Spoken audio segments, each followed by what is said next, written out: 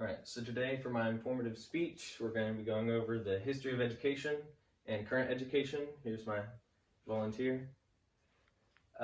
So you hear history of education and you're ready to take a nap, but I promise this is not going to be a snooze fest. This is going to be good. Have a plan.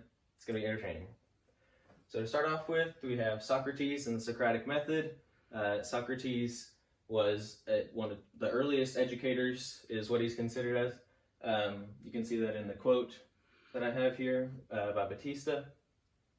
So as early as 400 BC, Socrates was not necessarily teaching because he didn't want to be called a teacher, allegedly, but he did have students following him that listened to him and wrote down what he said, because something Socrates also did was not write down anything. He just likes to talk to people. He wasn't much of a writer, apparently. It's just something that he did. I don't know why, and no one else does. So British influence, we just made a huge jump from 400 BC all the way up to the 19th and 20th centuries. But I'm just making the highlights here because history is a long time and education is throughout it, but we're hitting the highlights here. So according to Wooden, he's with the History of Education. That was a journal. So according to him, I'll sum up that quote for you. Britain expanded its movement of adult education. So adults were being educated in the 18th and 19th centuries because they hadn't been educated when they were younger. And they went to schools, they went to college, not so much colleges, until a little bit later in the 19th century. But they went there to learn to read and write, and not so much math, but they did do religion in these schools, and they also had children there. So you could have children and their grandparents going to the same school, walking to the same school together. I thought that was quite interesting to read about that. And then, why this is such a big deal? The British Empire, the sun never sets on the British Empire. It was all over the world.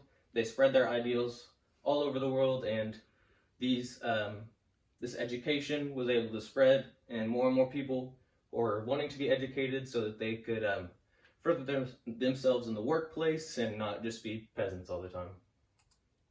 So now we're moving on to America. We're going to jump back in time a little bit, but stay with me because we're going to work through this entire, from colonial all the way up to today.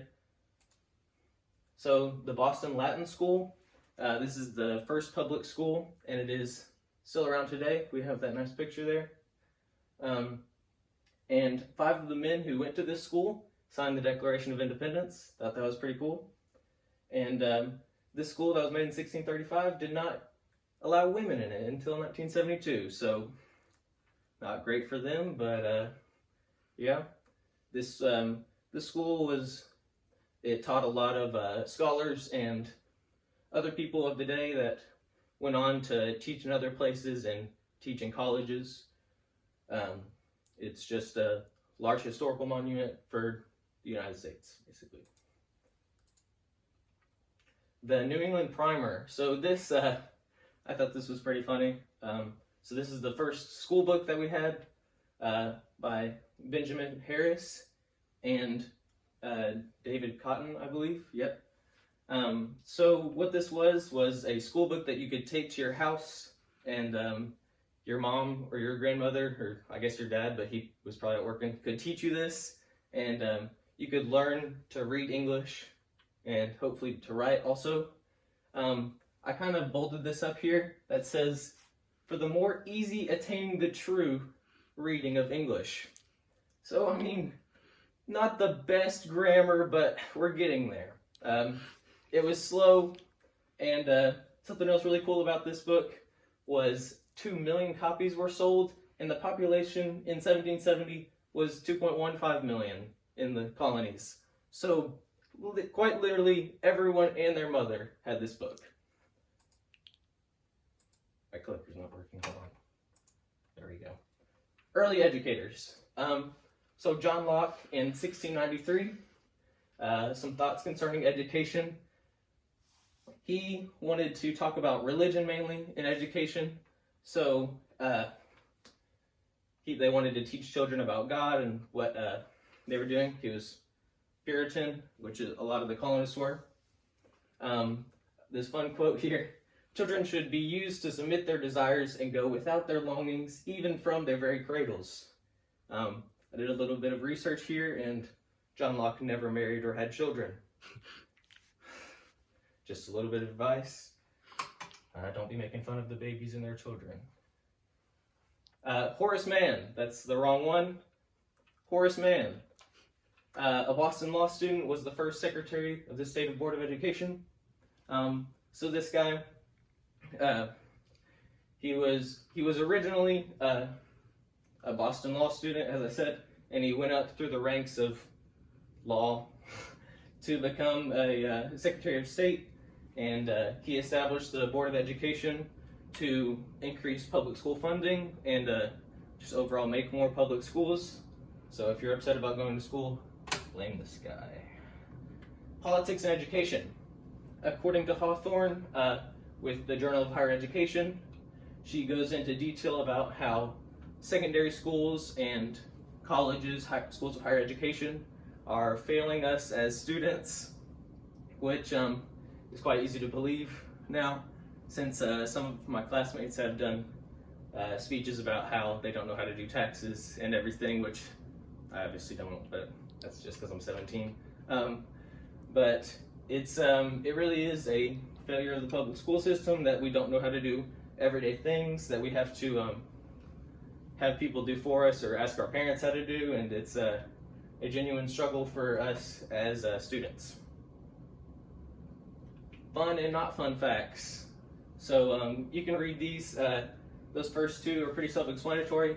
The bottom two, in 2012, only 69% of black students graduated from high school, and only 73% of Hispanics graduated. So another thing, not just the public school system not teaching us, but also us not being able to go through the public school system is something that we're really going to have to work on as a society in general. But this is not my What Society Needs speech, so I'm not going into that too much.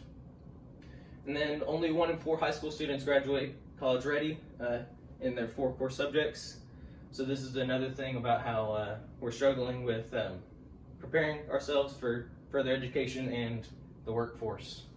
So my conclusion, my 4 main topics: Socrates, he created education basically with our with the fundamentals of education, the Socratic method that we still use today. He started everything and built up a process that we continue to use and is very important all around the world.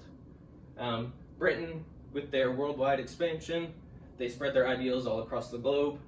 America, obviously, the education that affects us the most. It's very important that we're able to have these large professors and other educators that made these public schools and taught teachers for us and created this educational system that we have now. And then the big point, the point that is bigger, current lack of preparation for our futures. In society, we're struggling with dropping out, and as well as, even if you do finish high school, it's a struggle to get to college and beyond with the current education system. It's just something that we should work on, because it really is a struggle for people of lower socioeconomic statuses especially, and it is a large part of our society to have education in general. Thank you. Here's my volunteer. Thank you.